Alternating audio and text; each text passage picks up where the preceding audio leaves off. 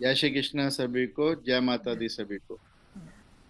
हमारा आज का विषय है शिष्यते अहम।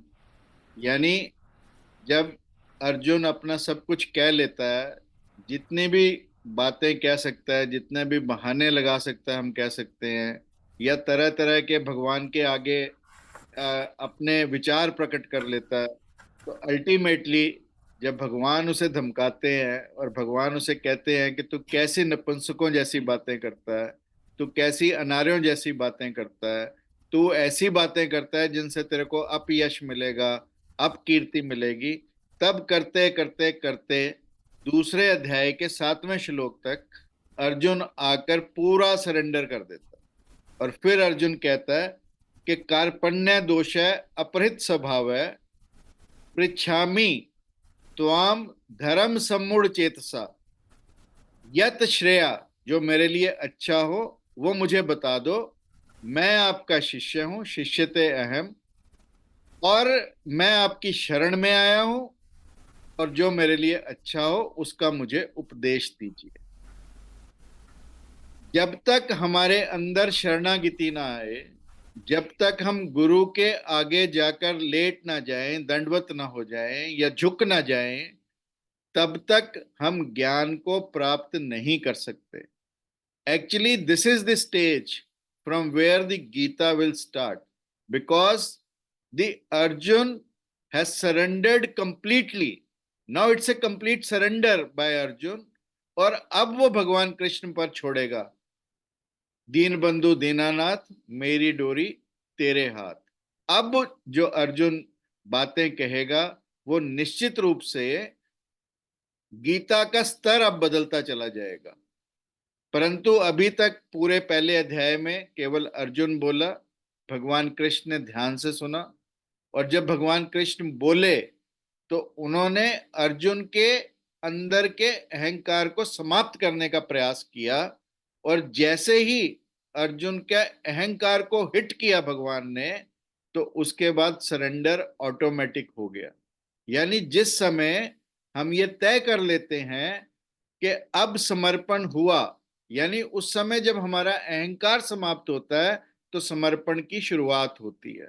और यही हमारा आज का विषय है कि समर्पण क्या है, समर्पण किसको हो, और गुरु किसे कहते हैं, और गुरु और शिक्षक में क्या भेद है। आजकल क्योंकि हम तो स्कूल कॉलेजेस में जाने वाले सब लोग हैं, तो the word used is either a teacher और ए मास्टर और अशिक्षक और अध्यापक। गुरु शब्द का प्रयोग, क्योंकि गुरु शिष्य परंपरा में भारत में होता था, और गुरु शिष्य परंपरा है ही पूर्व की, पश्चिम में कभी थी ही नहीं, तो इसलिए हमने गुरु शब्द का प्रयोग किया, जबकि सब जगह पर कहीं अध्यापक कहीं शिक्षक का प्रयोग हुआ। और गुरु दो शब्दों से बना है, गु और रू, यानी जो हमें अंधकार से प्रकाश की ओर ले जाए, जो हमें असत्य से सत्यता की ओर ले जाए, जो हमें अज्ञानता से ज्ञान की ओर ले जाए, वह गुरु। और गुरु कोई भी हो सकता है। दत्तात्रेय ने तो अपने 52 गुरुओं का उल्लेख किया। और ऐसे ही गुरु और शिक्षक का भेद हमें जानना बहुत जरूरी है। शिक्षक में हमारे प्रति हम समर्पण भाव ना भी रखें, परंतु हम उससे जानकारियां प्राप्त कर सकते हैं। शिक्षक वह जो हमें जानकारियां दे, गुरु वह जो हमें जीवन दे।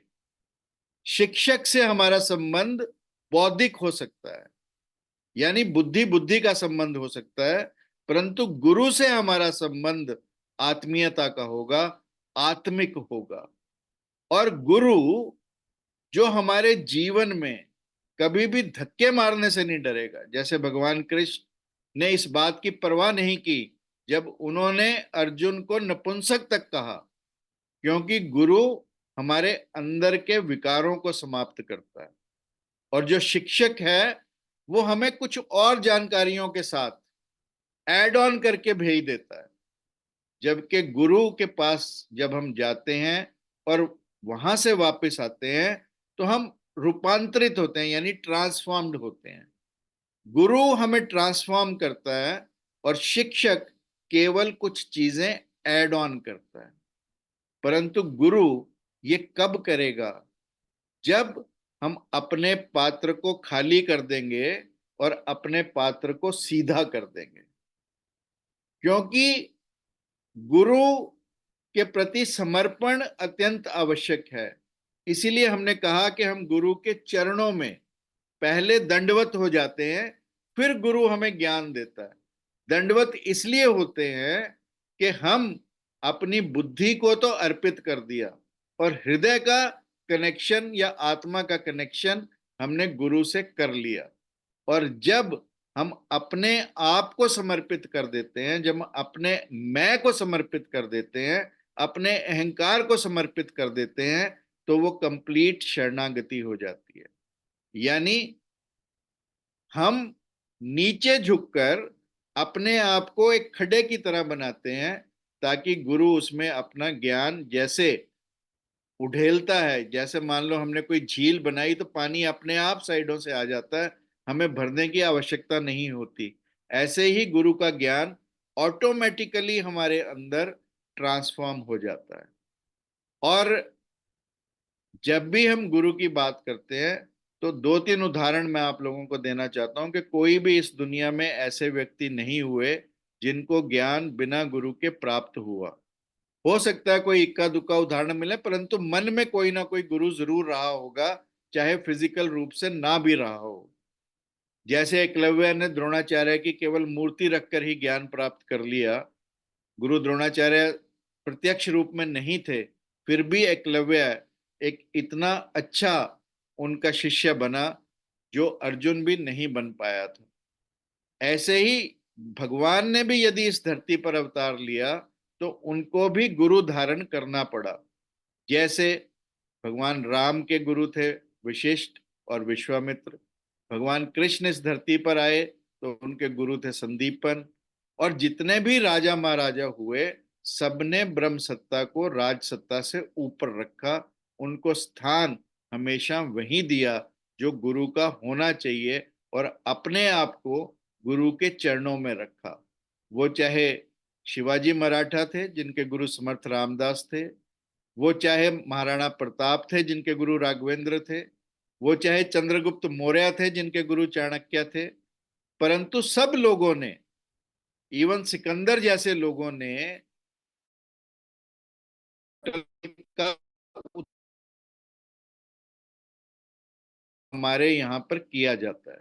और कहते हैं कि अरिस्टोटल और सिकंदर तो एक दिन नदी पार कर रहे थे, तो सिकंदर ने गुरु को रोक दिया कि पहले मैं जाऊंगा। गुरु ने कहा नहीं, नदी बहुत तेज उफान पर है, मैं जाऊंगा। परंतु सिकंदर गुरु की आज्ञा की अवहेलना करके नदी में आगे चला गया। तो तब गुरु नाराज हुए, तो सिकंदर ने कहा कि गुरुजी यदि मैं डूब जाता तो कोई फर्क नहीं पड़ता, अरस्तु अनेकों मेरे जैसे सिकंदर पैदा कर सकता है, एक सिकंदर के डूबने से कोई फर्क नहीं पड़ता, परंतु यदि एक अरस्तु डूब जाए तो सिकंदर पैदा होने बंद हो जाते हैं। ये गुरु के प्रति भाव था सिकंदर का, जिसे हम अलेक्जेंडर के नाम से जानते हैं। और उस अलेक्जेंडर ने ये कहा कि गुरु यदि चाहे तो अनेकों मेरे जैसे इंसान पैदा कर सकता है, परंतु मैं चाह कर भी एक ऐसा गुरु नहीं पैदा कर सकता। और गुरु का स्थान कहां पर होना चाहिए? हमारे कहानी मिलती है वैराग्यवती की। वैराग्यवती एक राजा की कन्या थी, नाम ही वैराग्यवती था, तो आप समझ सकते हैं कि वैराग्य में ढली हुई थी, सारा दिन भगवान के भजन में रहती थी। और राजा ने भी उसको एक एकांतवास में बड़ा अच्छा महल बनाकर दिया, जहां पर उसकी कोई भी पूजा आराधना प्रार्थना में विघ्न ना आए, तो वो वहां अलग से रहने लगी। एक दिन एक चोर वहां पर आया, और तब वैराग्यवती गुरु के भजन गा रही थी। उसने सुना और फिर उसने सोचा कि इसको तो गुरु चाहिए, तो उसने फट से साधुओं के कपड़े पहने और साधु बन गया।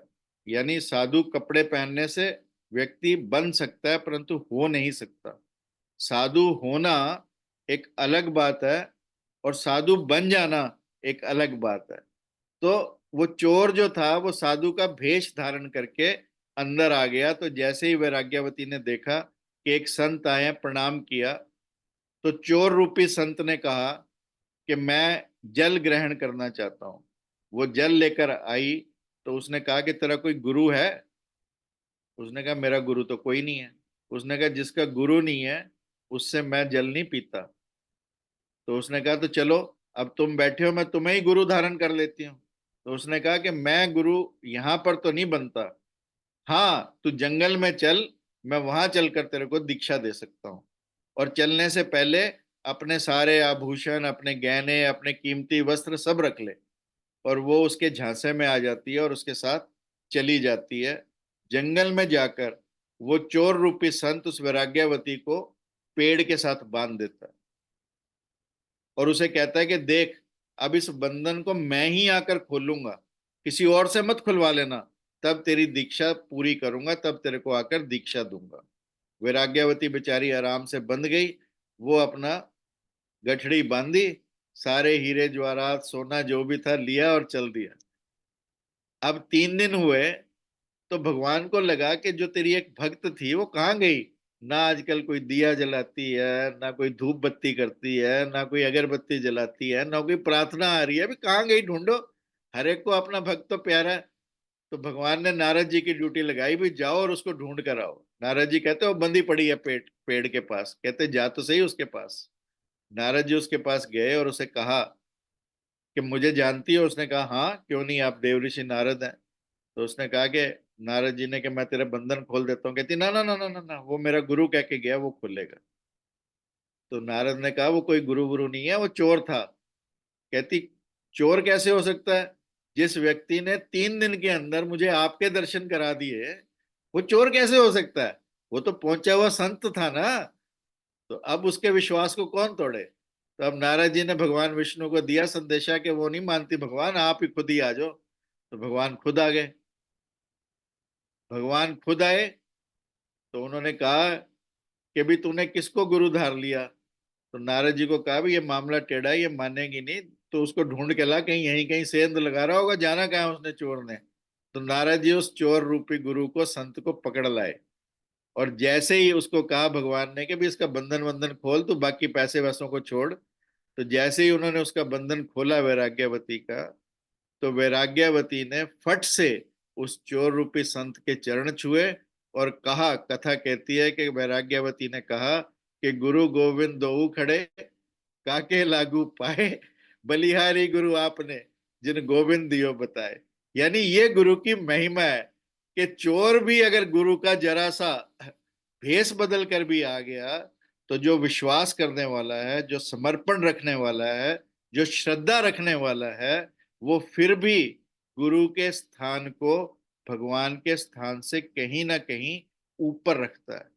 और यही कहते हैं सहजो बाई के बारे में। सहजो बाई एक बहुत अ, पहुंची हुई संत थी, राजस्थान की थी। दिल्ली में उनके गुरु थे चरणदास जी, और कहते हैं कि सहजो भाई ने एक दिन चरणदास जी से कहा कि मेरी कुटिया में आना, आप राजस्थान में रेगिस्तान में मेरी कुटिया आना। जैसे शबरी से भगवान ने कहा था उनके गुरु ने कि भगवान तेरी कुटिया में दर्शन देने आएंगे। और शबरी लगी रही सालों साल, जब तक भगवान नहीं आए, रोज बाहर झाड़ू लगाती, रोज फल तोड़ के लाती। और यही सिलसिला सहजोबाई के साथ था। परंतु सहजाबाई को जब कहा गुरु ने कि मैं तुम्हारी कुटिया में आऊंगा, तो कुटिया में कोई आसन नहीं था जहां पर गुरु को बिठा सके। तो सहजोबाई ने, जैसे कबीर जी बुनते थे झीनी झीनी रे चदरिया, ऐसे ही उसने भी बुननी शुरू की और एक आसन तैयार कर दिया। और जिस दिन गुरु को आना था, सहजोबाई कुटिया के बाहर देखती है कि एक तरफ से गुरु आ रहे हैं, एक तरफ से भगवान चले आ रहे हैं। अब उसने सोचा कि आसन तो एक ही है, अब भगवान को दे या अपने गुरु को दे। और जब दोनों अंदर आ गए, तो उसने आसन पर तो अपने गुरु को बिठाया और भगवान को दे दिया पंखा, के गर्मी बहुत है रेगिस्तान में, चलो मेरे गुरु को। ये गुरु की महिमा है, ये गुरु के प्रति समर्पण है, ये जो कंप्लीट सरेंडर है कि गुरु को स्थान भगवान से भी ऊंचा दिया गया। और गुरु से ज्ञान बिना समर्पण के नहीं पाया जा सकता। गुरु का तल और हमारा तल हमेशा अलग ही रहता है। गुरु जिस तल पर बात करते हैं, हम उस तल पर पहुंचने में ही बहुत समय लेते हैं, पहुंचना ही बड़ा मुश्किल है। और वो, यदि हम कुछ भी पाना है गुरु से हमने, तो हम केवल अपने आप को उडेल कर, अपने आप को खाली करके, खाली करना भी बड़ा इंपॉर्टेंट है। यदि हम विचारों के साथ गुरु के पास जाएंगे, तो निश्चित रूप से हमारे मन में श्रद्धा नहीं होगी, संदेह होंगे, सस्पिशंस होंगी, आशंकाएं होंगी। और जब हम गुरु के पास विचारों से भरे जाते हैं, तो गुरु के लिए बड़ा मुश्किल हो जाता है इन विचारों को खाली करना।